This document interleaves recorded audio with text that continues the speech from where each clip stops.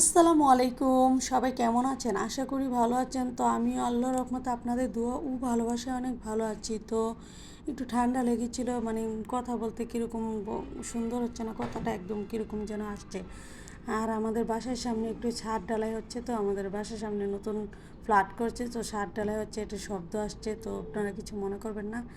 তো প্রতিদিন একই টেনশন যে কী রান্না করব, কী দিয়ে ভাত খাবো, আর অন্য টেনশন তো আছেই সাথে। তো বাজার থেকে একটা পাতাকপি নিয়ে আসছিলাম, মানে অনেক ধরনের সবজি এনেছিলাম। তো পাতাকপিটা একটু কেটে কুটে চিকন করে নিয়েছি, ধুয়ে দিয়ে পরিষ্কার করে নিয়েছি। আর এদিকে চিংড়ি মাছ নামিয়ে নিয়েছি। তো প্যান গরম করে প্যানও তেল দিয়ে, তেলটা গরম হয়ে আসলে পেঁয়াজ কুচি, কাঁচামরিচ কুচি আর বেশ অনেকটা চিংড়ি মাছ দিয়েছি, আর সামান্য পরিমাণ একটু রসুন বাটা দিয়েছি। তো একে একে সব মশলাগুলো দিয়েছি। পেঁয়াজটা যখন সামান্য সফট হয়ে আসবে তখন দিয়ে দিলাম হলুদ গুঁড়া, মরিচ গুঁড়া, সামান্য পরিমাণ মরিচ গুঁড়া। এটা একটু কষা কষা ভাজি করবো, তো তার জন্য মানে শুধু ভাজলে মানে শুধু একটু হলুদ গুঁড়া আর কাঁচামরিচ দিয়ে চিংড়ি মাছটা দিয়ে ভেজে নিতাম। যেন একটু পানি দিয়ে কষিয়েছি কেন, যেন মশলাটা চিংড়ি মাছের ভিতর ঢুকে আর খেতেও খুব মজা লাগে। তো মশলাটা ভালোভাবে কষিয়ে আমি এখন পাতাকপিগুলো দিয়ে একদম নেড়ে চেড়ে দিচ্ছিলাম। আর এদিকে 3 পিস মাছ, আমি পাঙ্গাস মাছ মরিচ, হলুদ, লবণ, একটু সামান্য আদা রসুন বাটা দিয়ে ভেজে নিচ্ছিলাম। এই মাছ ভাজা, মরিচ ভাজাটা দিয়ে আমার ছেলে মেয়ে এত পছন্দ করে খেতে, আমারও খুব পছন্দ।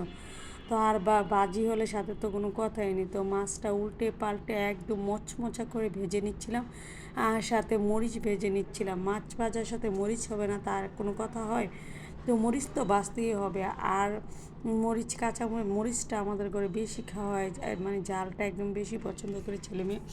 আর মাছ বাজি হলে তো এগুলোতে মরিচ লাগেই। তো আমি খেতে বসে গেলাম রাতের খাবারটা। তো নিয়ে নিলাম পাতাকপি ভাজি, আর 1 পিস মাছ নিয়ে নিলাম, শুকনো মরিচ ভাজি নিয়ে নিলাম। তো নিয়ে কাঁচামরিচের সাথে নিয়ে খুব মজা করে খাচ্ছিলাম। আর এই খাবারটা আমাদের ঘরে সবাই পছন্দ করে। একটু ভাজি হলে গরম গরম, আমার হাজব্যান্ড তো খুবই পছন্দ করে যে কোনো ভাজি একটু তেল বেশি করে দিয়ে একদম ভাজা ভাজা করে ভাজিটা করে দিলে আমার হাজব্যান্ডের আর কিছু লাগে না, মানে উনি সব ধরনের ভাজি পছন্দ করে। তো আর ভাজির সাথে একটু পাতলা, ওনাকে একটু পাতলা ডাল করে দিলে, আর সাথে মাছ ভাজা হোক বা যে কোনো একটা সাথে মাংসের পিস ভাজা হোক বা মাছ ভাজা হোক বা ডিম ভাজা হোক, সাথে ডাল আর ভাজি দিলে বা আলুর ভর্তা, ডাল আর যে কোনো একটা ভাজি দিলে খুব মজা করে খেয়ে নেই।